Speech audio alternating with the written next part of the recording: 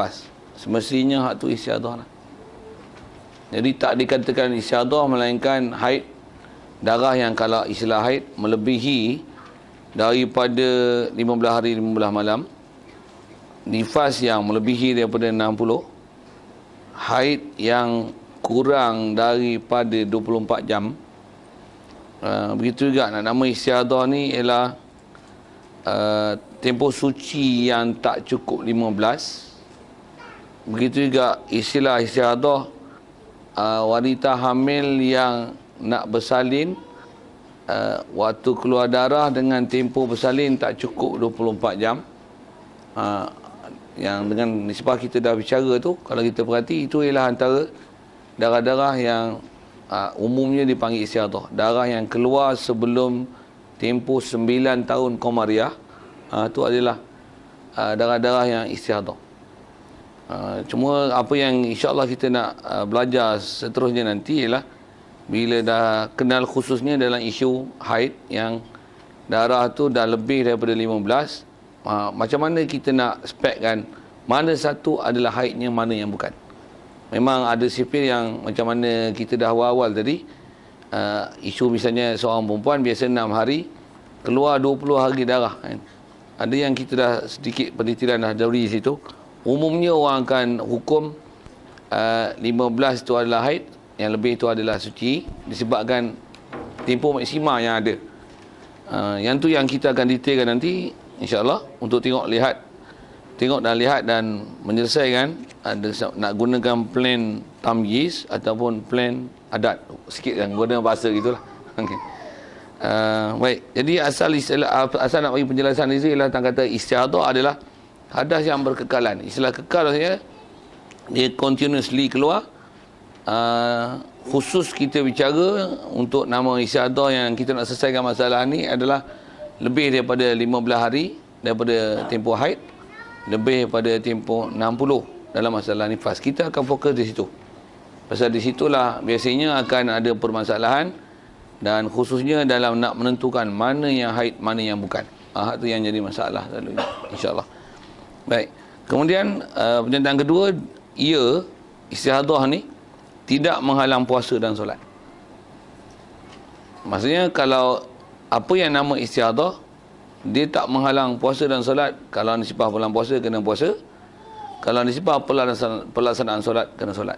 Kalau contoh mudah, misalnya seorang wanita yang selalunya kata 6 hari haid, main bulan ni keluar sampai 15, 16 pun still keluar continuously kan? Masih keluar.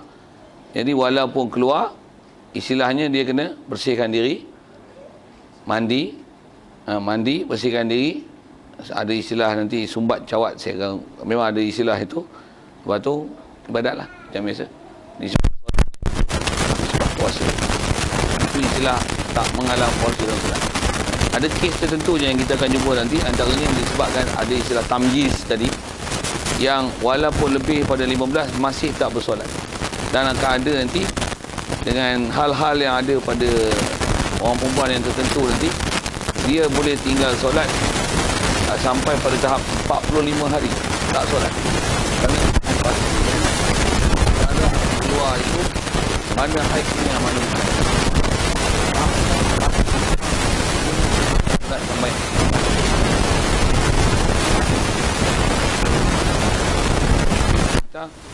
yang ada isu istiadah ni, yang dia boleh tinggal solat sampai setahap itu. Maksudnya sampai 45 hari tanpa solat. Kerana nak tengok keberangkalian haid dia terpaksa tinggal tempoh itu. Kita akan jumpa nanti insya-Allah. Kalau nak ambil angka tu awal, simpan je siap. Kalau ada soalan cepu mas boleh jawab. Soalan cepu mas. Jadi kalau ada orang tanya berapakah tempoh paling lama orang perempuan boleh tinggal sembahyang dalam masalah istiadah? Katakan 45. Okey. Macam mana? Tak tahu. Okey. Saya tak tahu pasal belum jumpa. Jumpa nanti akan boleh jawab. Boleh bagi explanation insya-Allah. Okey. Kemudian wanita yang istiadah, nisbah pelaksanaan yang mesti wajib pada dia wajib menyuci kemaluannya dan bercawat selepas itu berwuduk. Jadi kalau kata dia memang istilah istiadah, pada mula-mula tahap istiadah dia untuk selesaikan daripada haid dan nifas, dia kena mandilah.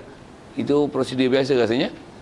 Selepas itu dia tak perlu mandilah, pasal hadas besar dah terangkat dengan mandi yang pertama selepas daripada kes-kes istihadah. Contoh mudah, haid keluar lebih pada 15, jadi nak masuk ke 16 tu dia kena mandi. Mandi untuk angkat hadas haid tu lah, selesai lah tu. Jadi selepas pada itu, untuk dia ibadat tak perlu untuk mandi hadas. Kerana yang datang itu, kalau memang dia bukan hadas, tak perlu untuk mandi hadas lah. Nak mandi, mandilah. Tak mandi pun is up to you. Tapi untuk beribadat mesti bersuci. Dan bersuci dia pasal dia kes hadas sentiasa keluar. Jadi dia kena istilah tu yang menyuci kemaluan. Dan bahasa simple diguna tu adalah bercawat, kemudian berwuduk. Dan semua perbuatan bersuci ini dia naklah lakukan dalam waktu solat. Maksudnya dah masuk waktu solat baru boleh dilaksanakan perbuatan ni, kerana dia adalah istilahnya kes orang yang sahibud darurah. Itu istilah Arab sikit. Sahibud darurah maksudnya orang yang memiliki sedikit permasalahan dalam masalah bersuci. Kalau masalah perempuan, golibnya istihadah, lebih kurang sama macam kes istihadah dari segi kata hadas dia berpanjangan, dan namanya sahibud darurah adalah orang lelaki yang dia punya otot jerut pada kemaluan dia tak boleh nak jerut elok-elok sehingga sentiasa kencing. Contoh kot apa-apa bahasa tu tengoklah. Maksudnya istilah kitab lama ni dipanggil salisul baul. Orang yang kencing tak putus. Jadi sentiasa keluar kan. Jadi dari segi hukum dia tetap kena ibadat. Untuk najis yang keluar tu macam mana? Mesti dia buat something. Iaitu antara something tu suci, lepas tu yang keluar tu macam mana? Kalau nisbah lelaki dah sebut kaedah bersuci tu, dia kena cari jalan macam mana nak memberhentikan air kencing tersebut. Kalau sikitlah bahasa mungkin lawak tak lawak, nak gelap pun punya masalah. Simple. Okey. Serius sudahlah. Okey. Ataupun kalau katalah tak mudah sabar dengan Sipul, ikat. Nak sebut kata supaya nak berhentikan dia, sumbat kot tak mudah sabar pasal mungkin saluran dia kecil kan. Dan bila sumbat dia menyakitkan. Dan dobit fik juga kalau ikut ada sebut gini, kalau katalah memang najis duduk keluar, saya sebut ni kes contoh lelaki dulu, kalau katalah diikat, disimpul, buat pergi dengan bahasa itu, menyebabkan jadi sakit pada dia kerana air kencing yang sepatutnya dia keluar tapi tak keluar disebabkan diikat atau disimpul ataupun disumbat, dia menyebabkan sakit. Macam mana sakit tak boleh kencing? Orang nak kencing tapi tak boleh kencing, sakit tu. Kalau sehingga menyebabkan kesakitan begitu, kalau nisbah lelaki, dia tak wajib mengikat, menyimpul, menyumbat kemaluan dia. Kes lelaki sama kes perempuan.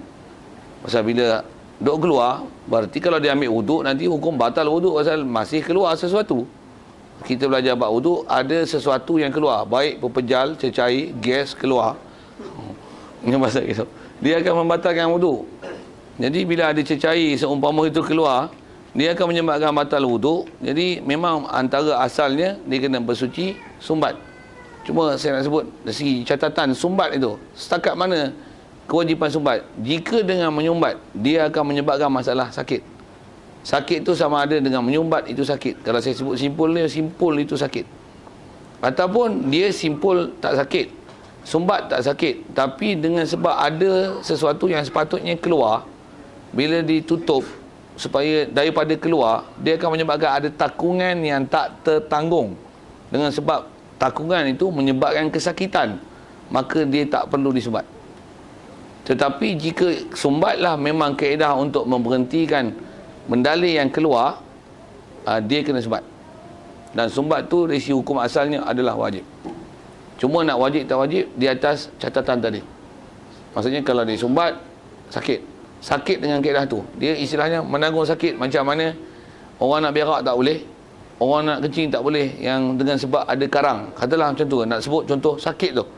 Jadi kalau sakit yang macam tu istilahnya, dia sakit yang menderitakan tuan badan, dia tak mewajibkan sumbat. Nisbah perempuan, begitu juga nisbah lelaki, ikat, simpul, sumbat. Okay. Jika dah selesai tindakan pertama, selepas tu barulah dicawat, kemudian barulah bersuci selanjutnya. Istilah cawat tu apa? Cawat ni bahasa mudah, pakai pad lah. Tengok. Tak pakai pad pun dulu pakai lampin lah kan. Tak lampin pun dulu orang kampung pakai kain batik lah kan. Apa umpama tu lah. Budi kampung sikit. Okey, yang tu kan boleh faham cawat tu. Ya. Yeah.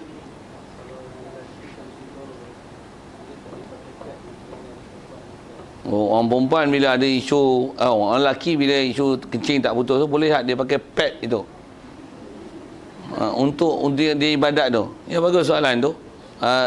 Pertama, macam mana pun langkah pertama dia sebelum pad tu dia cuci dan tutup pad dia. Kalau maksudnya kalau diikat ataupun apa-apa supaya perbuatan menyebabkan secari tak keluar, pasal itu adalah syarat untuk sah ibadat kan.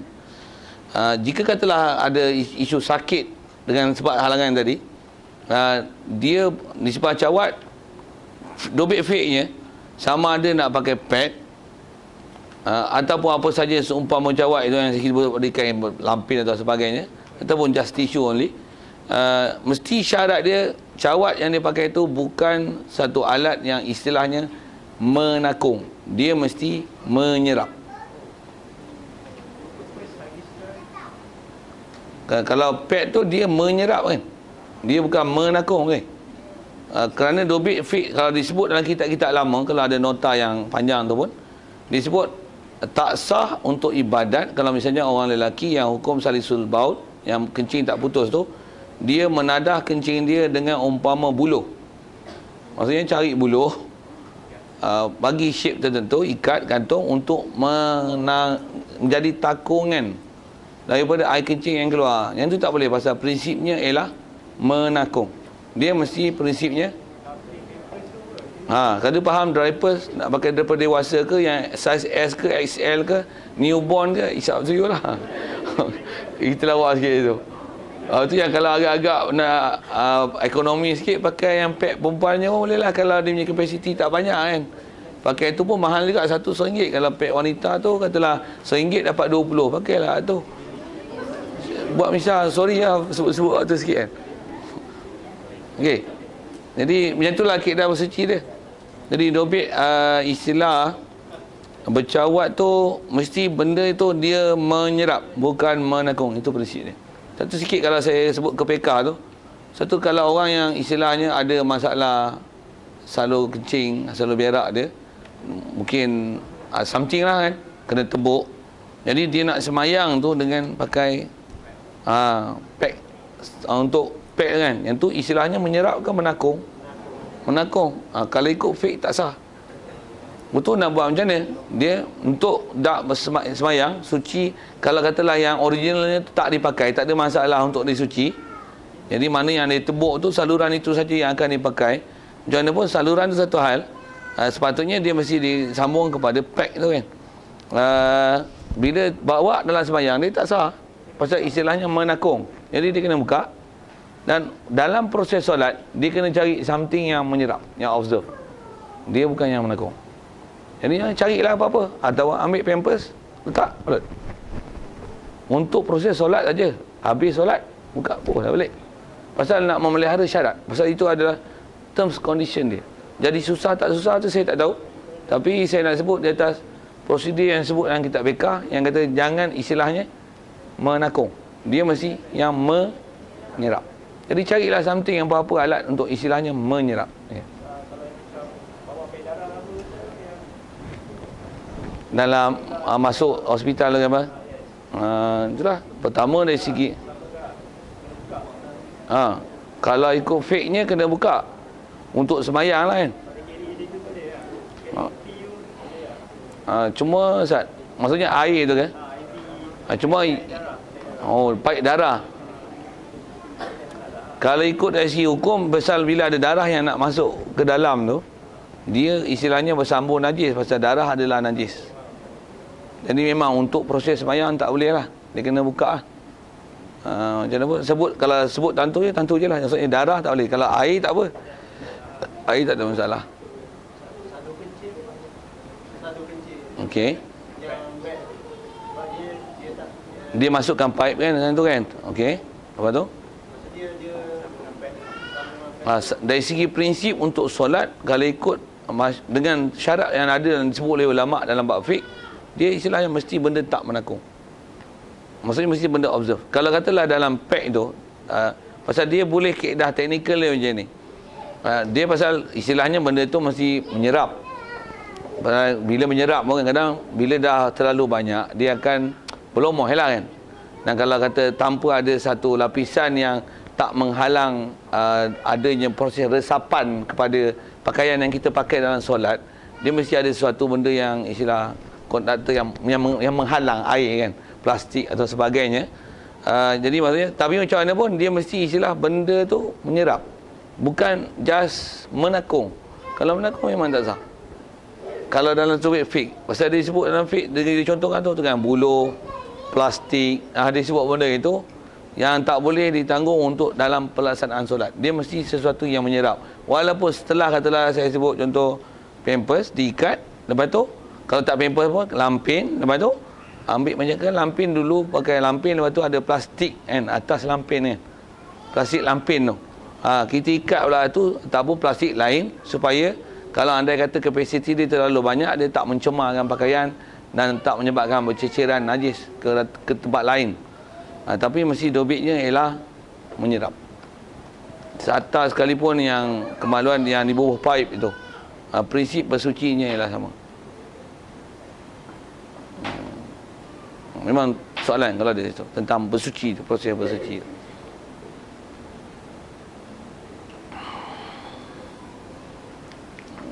Sikit kalau saya panjangkan tentang bersuci ini kerana saya sendiri ada beberapa artikel yang orang beri, bunyinya daripada pihak perubatan kan, bahagian hospital lah, saya tak tahu hospital mana, tapi ada beberapa senarai kaedah-kaedah yang disebut untuk pelaksanaan solat bagi pesakit-pesakit yang ada dalam hospital. Ada beberapa fakta dia yang menyalahi kaedah fiqh. Antaranya dia kata kalau ada jarum yang ada di tangan tu tak payah cabut. Ada benda tak betul lah itu. Kalau ikut asal fiqh cabut. Macam mana pun sikit saya selesaikan tuan dulu. Kalau katalah cabut 5 kali sembahyang, 5 kali cabut, duduk seminggu, 35 kali nak cari urat, tebuk, bengkok besar tu badan. Macam tangan Popeye dan Sailor Man. Mungkin lebih kurang gitu kan. Jadi dia akan menyebabkan mekak. Jadi memang tak praktikal dari segi katalah kes perubatan itu. Macam mana pun, jika dia terpaksa menjalani proses perubatan dengan adanya jarum tersebut, dengan keadaan jarum itu, jadi dia akan masalahnya berwuduk nanti. Macam mana pun, jika itulah kaedah perubatan yang ada, tak ada macam lain. Jadi dia memang kena semayang dalam keadaan macam itu, dengan terms condition untuk bersuci yang macam mana tadilah, bila ada jarum, ada air yang tak boleh kena pada anggota zahir, dia kena cover dengan tayamum. Di atas syarat yang tak cukup itu, nanti bila dah sembuh daripada penyakit, dia wajib qada semula ibadat yang dibuat dalam keadaan terms condition yang tak cukup syarat. Term condition yang solat itu tak mau menepati term condition tu, dia kena qada semula. Kaedah fiqhnya disebut itu adalah sembahyang hormati waktu, somat waktu. Sembahyang yang tak boleh ditinggal. Kalau kita ada akal, kena sembahyang. Tak ada pula istilah manik menyebabkan meninggal sembahyang. Tapi ada hal yang menyebabkan tak boleh sembahyang, disebabkan jarum ataupun nak bersuci dan tak sempurna, sembahyang tetap kena sembahyang. Ataupun wayar yang macam-macam terlantar atas katil, bilik pula ICU bukan UCI, ICU. Saya main bahasa sikit.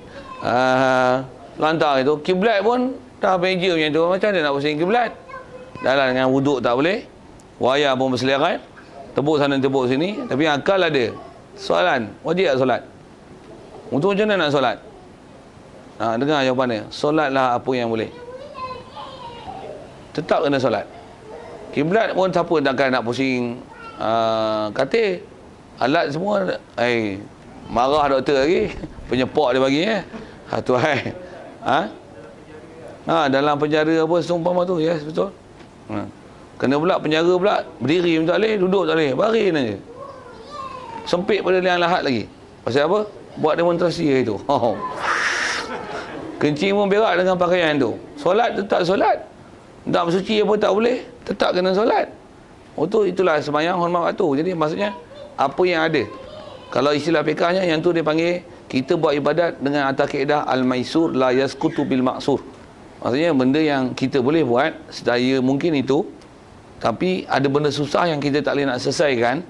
Jadi benda yang kita boleh buat dengan semudahnya, yang sekadar itu kemampuan kita, tetap ditaklifkan untuk buat. Pasal tuntutan kalau khusus kita bicara bab solat, dia masih kena solat. Pasal dobit solat ni selagi akal ada kena solat. Selagi istilahnya ada kewarasan pada kita, ada sisi sudut akal, kita kena solat. Apa term condition yang tak boleh disempurnakan, apa yang boleh buat, hendaklah dilaksana. Cuma bila sembuh, apabila tak cukup, dia hendaklah diqada semula. Itu adalah satu kaedah fiqh yang ada khusus kita bicara bab bersuci ni. Jadi kalau katalah masalah jarum apa tadi yang tak boleh dicabut dan sebagainya dengan sebabkan bengkak tangan, tak istilahnya tak praktikal lah untuk proses perubatan itu, dia kena sembahyang apa yang mungkin, keluar daripada hospital nanti, bahasa lain sembuh tak sembuh satu hal, tapi keluar dalam keadaan benda yang menegah dia daripada menyempurnakan wuduk dan sebagainya, dia boleh disempurnakan, maka hendaklah disempurnakan. Dan yang mana yang dia selesaikan dalam keadaan tak sempurna rukun dan syarat, hendaklah diqada. Itu kaedah fiqh. Itu kaedah fiqh yang ada. Ada soalan?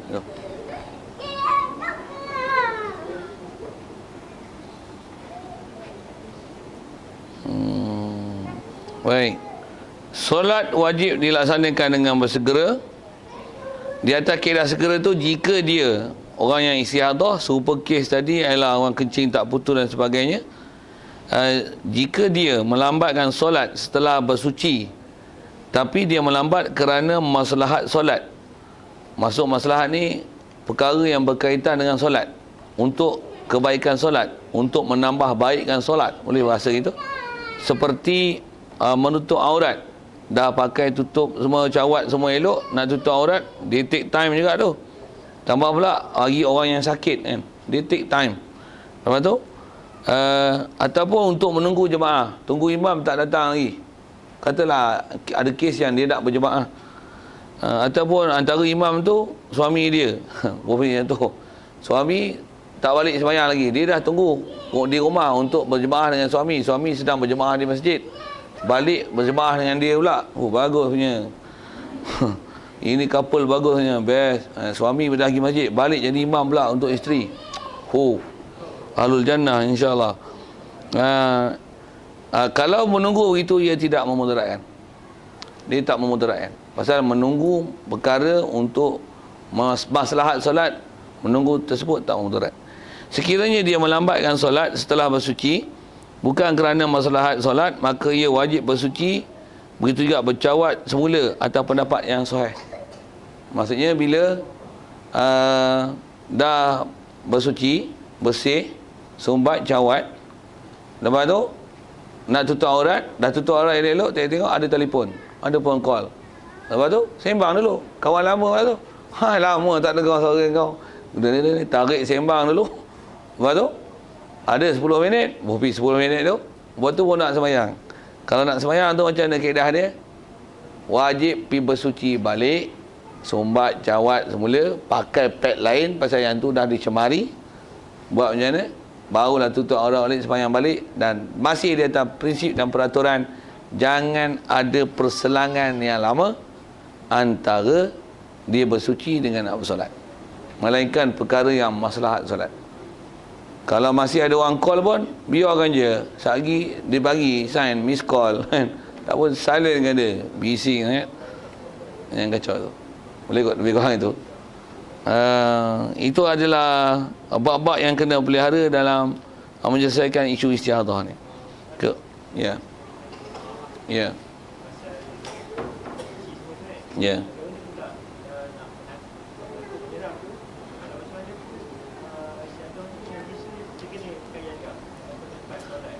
Ya. Ya. Ya. Soalannya ialah kalau kata dia dah bersuci, lepas tu dia dah sumbat cawat apa, tapi dia mungkin kapasiti dia yang agak banyak, dia istilahnya melebihi daripada apa cawat yang dia pakai lah. Kaedah pertama dia mesti macam ni dulu, dia punya sipir dia. Jangan cuai bercawat. Maksudnya istilah cuai itu dari segi kemasan pakai. Begitu juga sekadar mana cawat yang perlu dia pakai untuk menanggung dalam tempoh demikian dengan apa yang keluar. Bagi munasabah lah kan. Bagi apa dia sebut, bagi matching lah apa cawat yang pakai kan. Kalau dia yang keluar tu sepatutnya XL, dia pakai newborn. Kacau. Oh, boleh kan saya guna bahasa itu tak? Jadi bagi mutabaqah, itu Arabnya lah. Maksudnya bagi matching lah. Macam mana pun bila dia telah sempurna dengan hak tu, tetapi masih istilahnya keluar juga lebih daripada apa yang sepatutnya, sehingga istilahnya mencemari pakaian solat dia, yang tu dimaaf. Itu dimaaf. Jika istilahnya melampaui ataupun melebihi daripada apa yang telah dia memelihara, tapi masih keluar tanpa ada cuai, itu dimaafkan dalam pelaksanaan solat. Maksudnya teruskan. Itu dari segi dobit dia macam tu. Cuma dobit terms yang besar sekali kena perhatikan, jangan cuai apa sepatutnya saiz cawat yang dipakai. Kalau nak guna bahasa saiz ataupun itulah. Kalau disebar pakaian lampinnya, berapa lai lampin nak dibubuh. Kalau satu lampin cukup. Kalau kata kena 4 lai lampin untuk menanggung serapan tersebut, maka 4 lai lampin lah, susun. Oh, tak, memang ada orang yang setakat itu. Setakat saya pernah jumpa. Pasal dia tanya saya kes macam tu lah. Selain pada tu ada soalan. Best soalan tu. Ya. Yeah. Dia jadi imam. Macam tu. Maksudnya orang yang bermasalah macam ni, dia jadi imam. Bagus soalan. Kaedah fiqhnya, orang-orang yang kalau dia semayang, dengan semayang dia dengan begitu, dia tak perlu qada, maka sah dia jadi imam. Itu dia punya sepir untuk jadi imam, tak jadi imam. Katalah orang perempuan ni memang istilahnya ada istiadah, dia ibu, katalah itu, ada anak yang mereka memang kerap kali dan memang jadi event harian di rumah berjemaah dalam keluarga kan, bersama dengan anak-anak perempuan dan sebagainya. Jadi yang imamnya maknya, tapi maknya ada masalah. Jadi bolehkah masih ibunya menjadi imam dalam keadaan dia beristiadah? Dobit di situ. Nanti bila dia istiadah macam tu, dia kena qada tak? Tak. Maksud qada tu maksudnya sah tak sembahyang dia dengan keadaan macam tu? Dengan setelah disempurnakan apa syarat tadi. Adakah kena ulang semula solat? Tidak. Jadi kalau tidak, maksudnya dia sah jadi imam. Tapi kalau katalah ada kes yang kat hospital tadi, dia ada jarum, ataupun dia ada masalah usus apa, tebuk, lepas tu dia tak boleh nak pakai pad, tapi kena pakai pad. Dia bukan pad, pakai pad. Maksudnya kena benda menakung. Memang nanti semayang bila ada kes tu dah selesai, dia boleh semayang dalam keadaan biasa, normal punya. Yang tu dia tak boleh jadi imam pasal nanti dia kena qada. Yang tu dia tak boleh jadi imam. Dobit jadi imam di situ. Dari segi sah. Boleh. Sikit kalau saya panjangkan masalah jadi imam tu, boleh tak imam semayang duduk, makmum semayang berdiri? Boleh tak? Kalau memang imam memang dia tak boleh semayang berdiri, melainkan dia duduk. Pasal apa? Kaki dua-dua kudung. Boleh gitu. Maksudnya ni memang orang kena duduk lah. Memang jalan pun merangkak aja. Jadi dia semayang berdiri, dia adalah dengan duduk. Jadi boleh tak dia jadi imam? Boleh. Pasal apa? Pasal dia tak perlu qada. Nak sebut tentu ya, masalah kata apa yang semayang dia sah, dia perlu qada. Tapi kalau katalah macam ni, sikit saya nak sebut isu tu, dah sebut isu duduk dalam diri tu. Kalau katalah orang ni dia boleh berjalan, pergi Tesco bawa beli barang, tolak troli laju ya. Tapi nak semayang dia bawa kursi. Kursi itu dia yang bawa. Tapi bila nak semayang, dia semayang duduk atas kursi. Itu tak sah semayang, tak sah jadi imam. Jangan jadi imam semayang dia tak sah. Boleh bagi alasan tak? Pasal apa tak sah? Pasal dia masih boleh berdiri. Tu kata bawa barang boleh, tolak troli pun kuat. Tesco bukan minimarket. Tesco the mall, lagi best. 3 jam pusing beli barang tu, tolak troli. Elok je tolak. Tapi dia semayang. Duduk atas kursi, tak boleh sembahyang, duduk bawah, tak sah sembahyang. Pasal istilahnya dia mampu berdiri. Bukan saja mampu berdiri. Jawab. Mampu berjalan, dah boleh berlari. Oh, lagi kuat lah tu.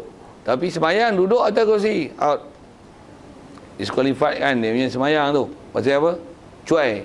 Tak faham, tak ngaji elok-elok.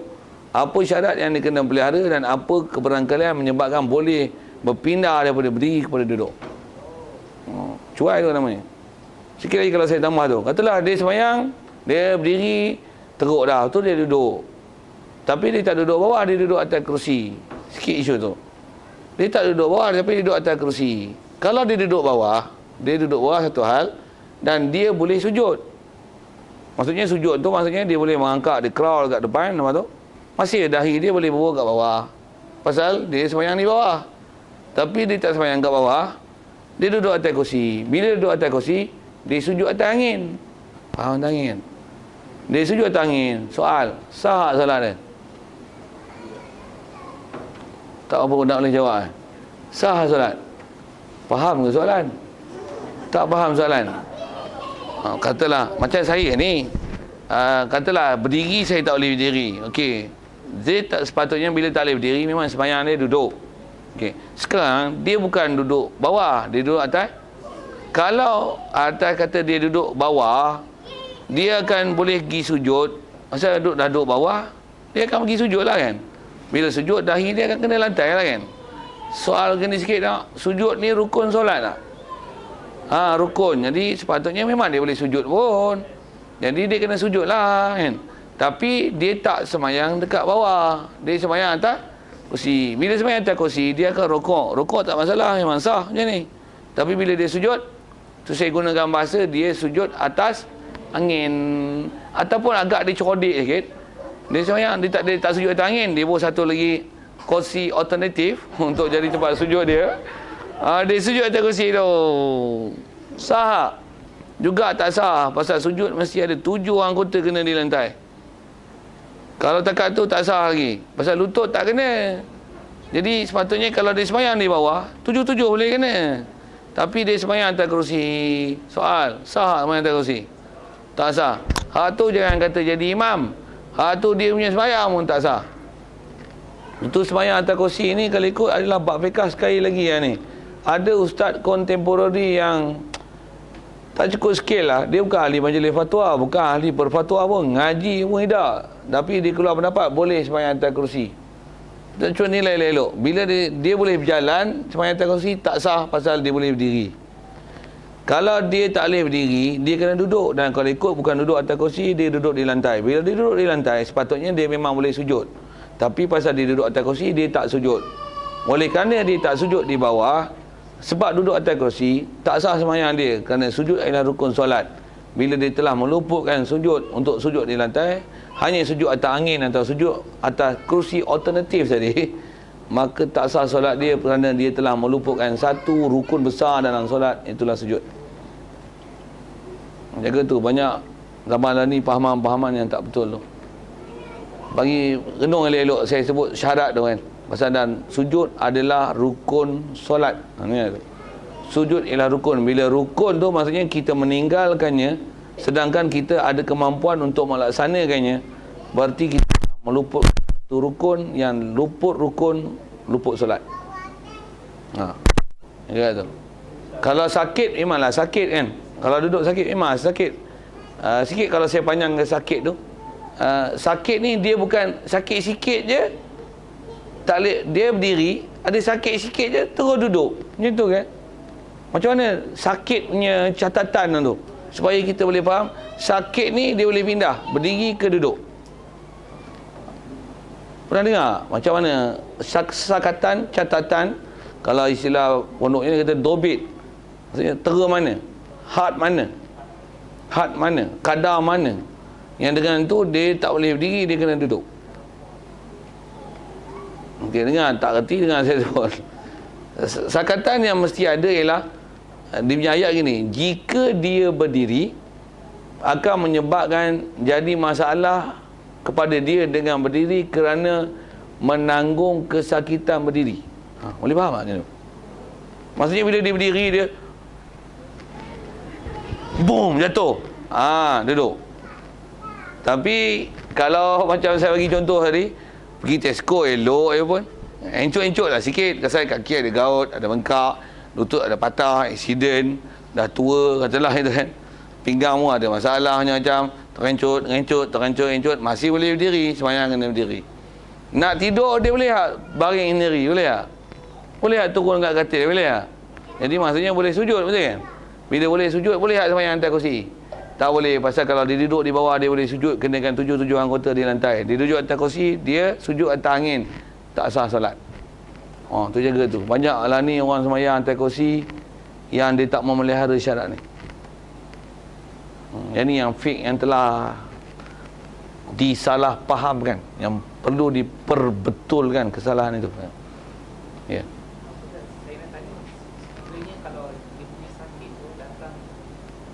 Tengah solat. Ya. Ya.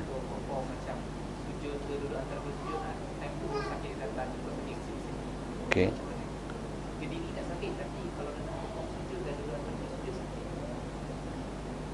Maksudnya mula-mula tak sakit, bila buat masa tu sakit. Dia kaedah solat ni pasal dia, kalau katalah macam ni, mula-mula berdiri boleh, bila berdiri lama sakit, jadi kena berdiri juga. Bila sakit tu baru turun. Dia yang topik yang tu. Okey, Ustaz. Bila tak boleh duduk antara dua sujud, pertama kena faham duduk tu. Duduk ni dia boleh duduk apa-apa duduk. Selalunya orang faham duduk kena mesti duduk ikut prosedur tayar awal tu. Kalau ikut yang rukunnya adalah duduk. Duduk macam mana? Duduk apa-apa duduk. Duduk bersila. Even duduk atas kerusi. Even duduk atas kerusi. Macam mana nak bagi contoh? Pasal kita ke solat sikit, kita buat solat sikit. Katalah macam saya buat ni. Katalah saya sekarang sepanjang berdiri. Waktu rokok. Katalah masalah saya tak boleh duduk macam biasa. Nak lipat tu tak boleh. Tapi kalau duduk macam ni boleh lagi. Tapi bila rapat kaki ni 90 degrees kan, duduk macam tu kan, masih boleh lagi. Tapi kalau lipat lagi tu menjerit lah, sakit. Okey, katalah gitu kan. Jadi kalau berdiri, saya kena berdiri masa tu. Rokok boleh rokok. Okey, sujud masih boleh sujud. Tapi bila nak duduk, nak lipat tak boleh. Saya pusing ke sini rasanya. Pasal ada wayar ni. Saya kena sujud bawah. Bila saya nak duduk, saya boleh perform duduk atas kursi. Rabbi fili warhamni, wajburni, warfani, warzuqni, wahdini, wafini, wafani. Pasal duduk, apa-apa duduk.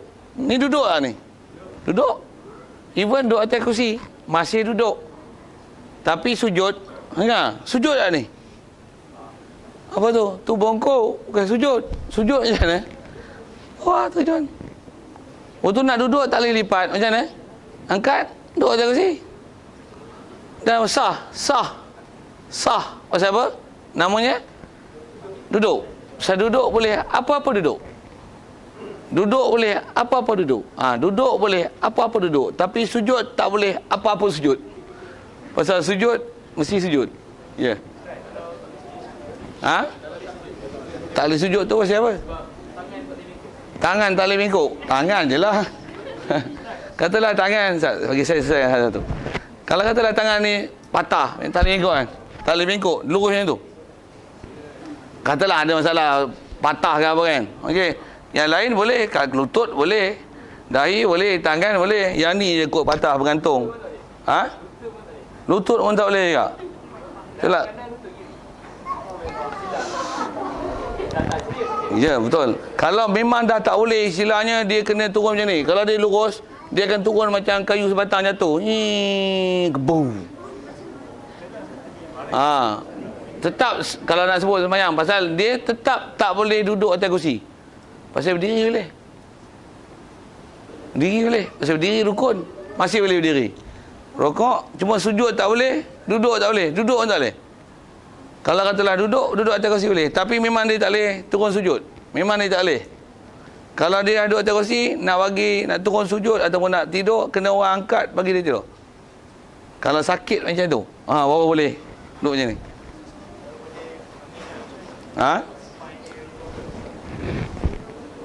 Yang tu masalah tu. Tu yang kena tengok isu. Dia kena tengok isu punya dobek tu. Maksudnya kalau memang dia tidak boleh buat apa-apa pergerakan yang menyebabkan dia boleh turunkan istilah sujud ke lantai, masa tu barulah boleh ditinggalkan perbuatan sujud tersebut.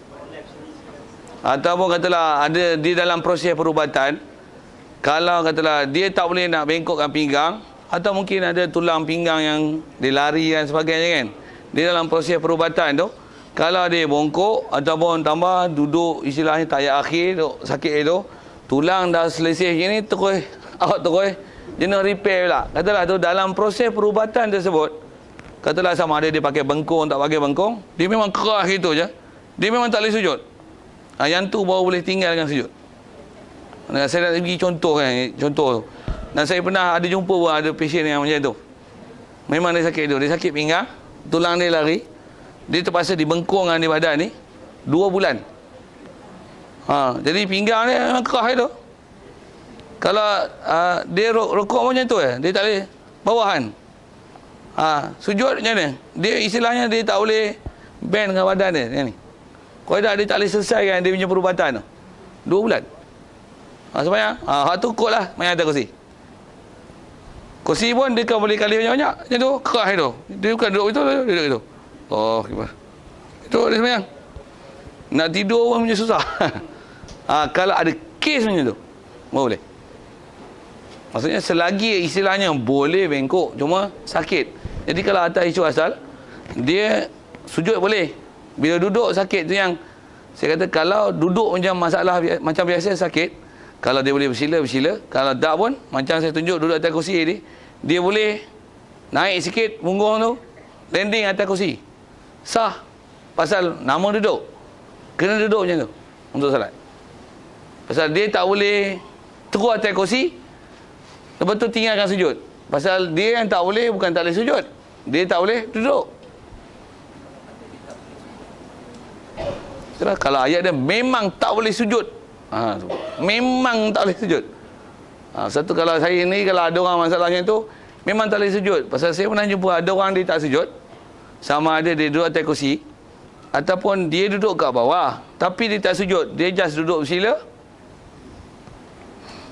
sujud atas angin. Dia kata, pakcik pasal apa duduk sujud atas angin? Dia kata pasal tak boleh sujud, sakit lutut.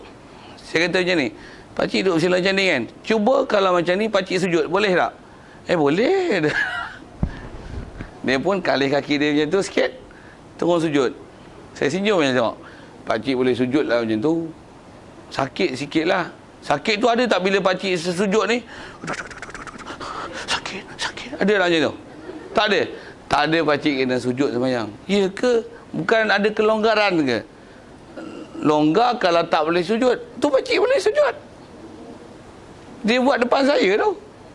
Boleh. Cuba pakcik duduk. Dia susah lah sikit. Orang tu kan. Ada masalah lutut lah apa. Memang nak duduk susah lah sikit. Duduk.